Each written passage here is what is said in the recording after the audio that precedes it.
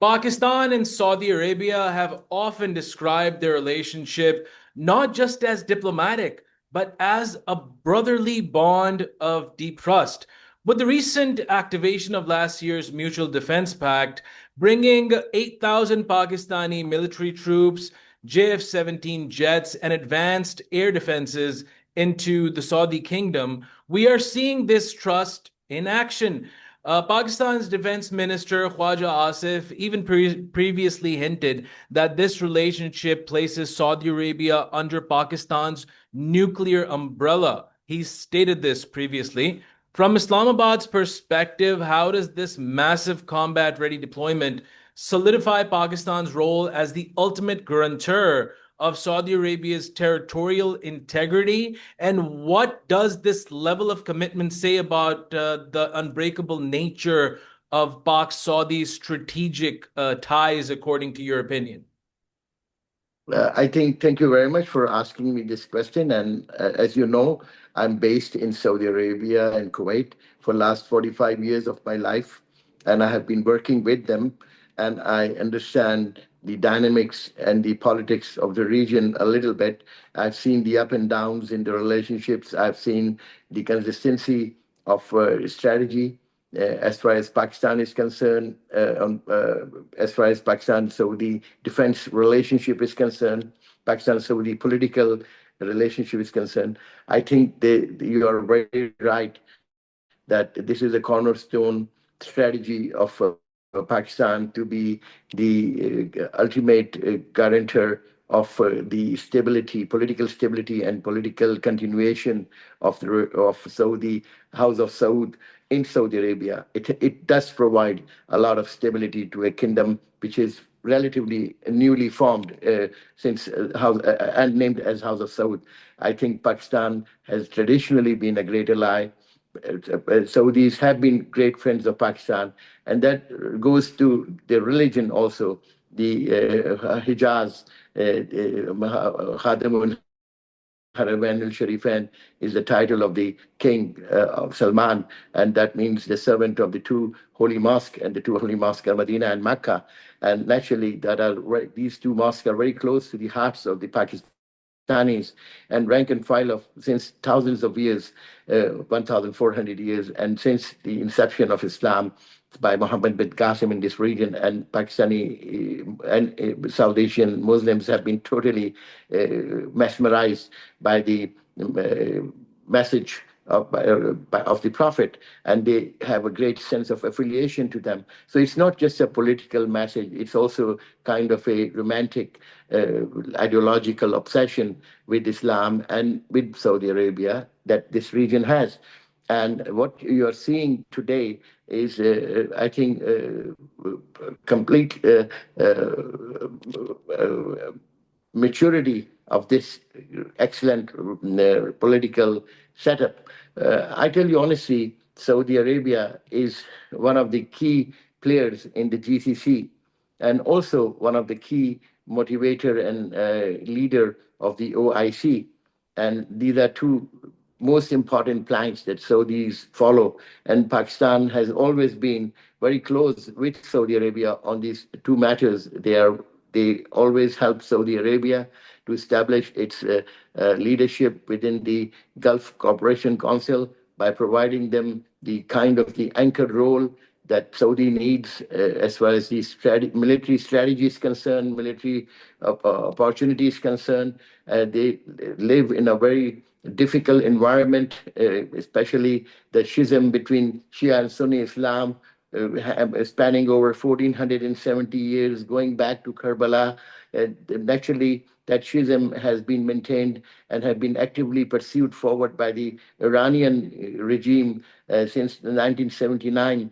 And one of the main plank was that exporting of the revolution, and that really was a big concern for Saudis, and encirclement of Saudi Arabia by putting their proxies all around Saudi Arabia since 1979, which was Hezbollah, which was Lebanon, and then it's Hafiz al-Assad, son Bashar al-Assad, Alawites, and the Zaydis in the south, And of course, Tehran and of course, these provinces have very vocal Shia population. So as far as Saudi is concerned, for them, stability of the region is also very important. And for them, something like this, sponsored and articulated by Iran, not one or twice, but a continual message, like Mark America is one of the favorite, also exporting the revolution, bringing a new regime and new setup in Hijaz was one of the cornerstone policy of the Iranian revolution in 1979. Let's call what it was and what it is. And hence, what happened was that Saudi Arabia, based on this new reality, had to admit something new in the region. In times of Shah, it was more of a political pressure they had, that who will be the hegemonist of the region. Today, in times of post Shah and in times of Khamenei's revolution and Khamenei revolution, Iranian revolution, it was threat to their very existing, the threat to the House of Saud. And hence, Saudis looked towards countries like Pakistan, to countries like Egypt, countries like Turkey to maintain a balance with OIC and GCC, having a kind of a coordinated action against any instability that was sponsored. And encirclement of Saudi Arabia was the key policy. And that continued until Bashar al-Assad and Hezbollah and Houthis, Zaydis, Alawites, Zaydis, and Hezbollah. They were basically recent last 2 years have been compromised a lot. So it's a kind of a blessing in disguise for Saudi Arabia that the encirclement of Saudi Arabia has failed in the sense that all the major proxies that Iran sponsored, and as a result of these actions, what has happened in the last 2 years have really delimited these proxies, and it has helped Saudi Arabia. But the reason Saudi Arabia was never able to have a mutual defense pact with Pakistan, although there has been a secret arrangement and understanding for since time of King Abdullah. He was the only king who was taken to Kahuta, inside Kahuta, and shown Kahuta establishment. And he has been a great friend of Pakistan and also every other king after him, King Salman also, and Mukran, and everybody else. They have been very, very forthcoming about it. The change happened after this so-called 6th May to 10th May Sindoor. I tell you, nothing would have changed had it not been for Sindoor. After Sindoor, the realization that Pakistan is a power to be reckoned with was well received.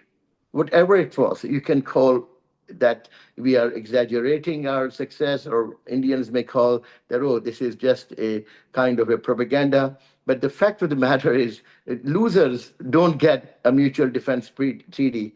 If Pakistan was a loser in Sindoor, no way Saudis would have signed an agreement. What happened in Sindoor, irrespective of how many planes were shot down. But I can say one thing, that as a result of inability of Indian Air Force to establish aerial supremacy over Pakistan on 6th and 7th night, gave and that multi-domain AWACS-based satellites, Beidou-based operation that kept their GC-10 planes on alert and able to stop the whole four and a half generation 78 to 82 planes, entire flotilla in Indian skies, unable to penetrate into Pakistani airspace, rather retreat for good beyond Palam, beyond Delhi. From 7th to 10th, we had not seen them. That was the reason, I think, that was a kind of a big elan vital for everybody in the world to see that, yes, Pakistan has arrived, that they can defend their aerial space. In this day and age, defense of aerial space, whereas in Iran, a month after, 10th of June, Israeli planes were all over. They had absolutely point blank carte blanche to go over and do what they want. In case of Pakistan, we never saw a single Indian plane flying over any Pakistani territory. And once when they had, we remember that what happened after that, when then let's concentrate what resulted in this mutual defense treaty, which invokes Article 5, which you call nuclear umbrella. Article 5 is the NATO article, which is that attack on one is attack on other.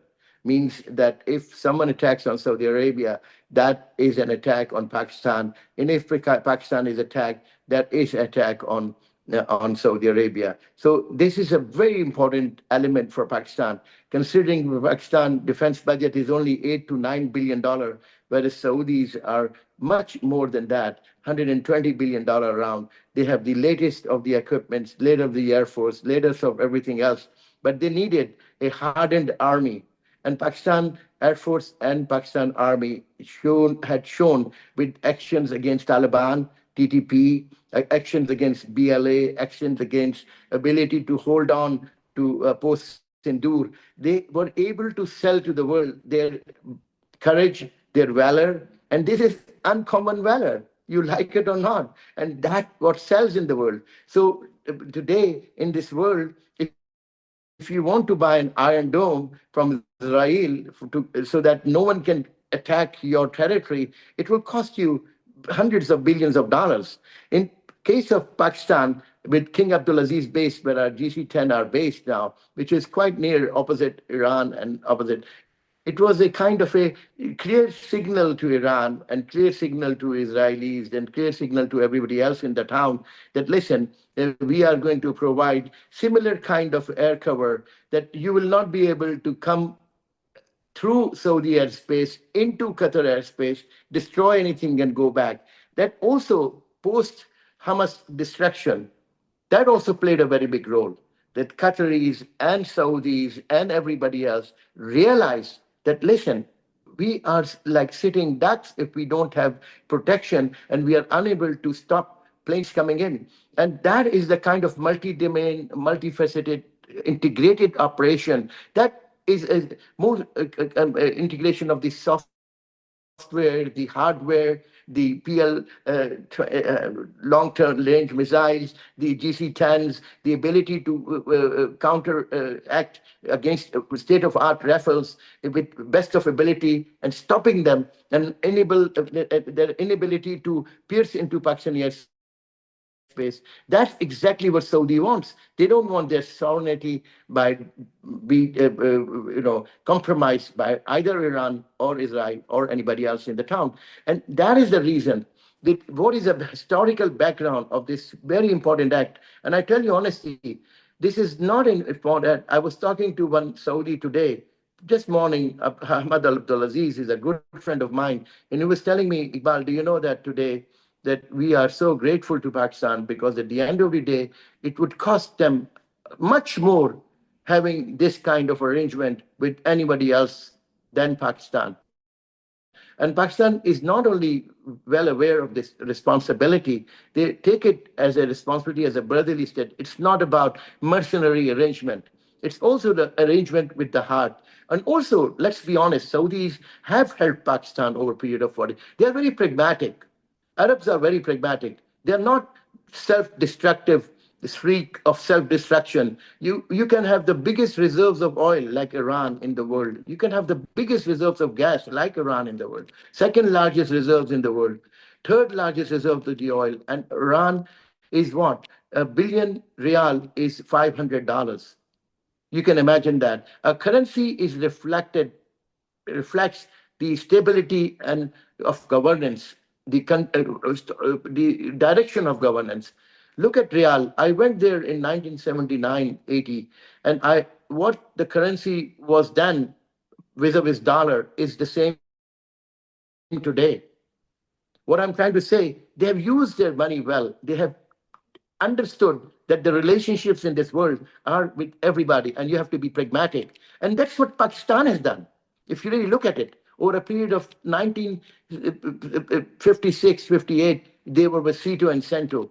Then there was but beer. where Gary Powers took off from Peshawar, and Khrushchev said that we have marked a red circle around Peshawar. And then, if you remember, in 1965, 63, when India decided to have a war with China on Arunachal Pradesh and on Skychin and on Sikkim, some stones and all these issues on McMahon Line. Again, Pakistan opened its heart and they gave Skychin a good amount of land to China, develop that goodwill, and have and embark on this Karakoram Highway project. It is not short term. What has happened to Pakistan is not short term. People think, oh, it's a luck of Pakistan. Pakistan has been in the game for a long time. So that kept Chinese engaged with Pakistan. 1,200 Pakistanis died making Karakoram highways. Who could have ever thought that Karakoram highway bore, tunneled through the heart of granite Himalayas? 1,200 people died and 200 Chinese died. And what did they achieve? What they achieved extraordinary stability in the sense that for them, Chinese always say we are a two sea nation. South China Sea, we are opening, and we have Arabian Sea. And Arabian Sea opening is through Kashgar and through Karakoram Highway. They always wanted to be. In case of any instability in the South China, they always wanted Western theater to have an access to the warm waters. And that's what they achieved. And Pakistan was helpful. In 1971, Pakistan again opened the doors of China to America. Henry Kissinger came to Nathia Gully, called himself sick, said that he has a stomach bug, went and met Xu Enlai and opened the door. And that economy was only $50 billion China. Today, that economy is $20 trillion, part of the G2, what President Trump called G2. So Pakistan played its role and have punched much above its weight. Much as we ridicule Pakistan, much as we always self-flagellate, and I don't like it, but on historical factors, if you see, Pakistan is not there because we are there as a favor. We are there because we have been a hardened army. 1979, Soviet invasion happened. And what happened again? Pakistan stood by and made sure that the invasion is rolled back. If that invasion was not rolled back, it would have been a different affair. I have seen in a prime minister's office the bricks of Berlin Wall presented to the Prime Minister of Pakistan, Junejo, when he went in Berlin for their contribution in bringing the Soviet Politburo down. As a result of which, this Berlin Wall came down and Soviet Union imploded because in Afghanistan their intervention was paid back very badly, and as hence Soviet Union imploded.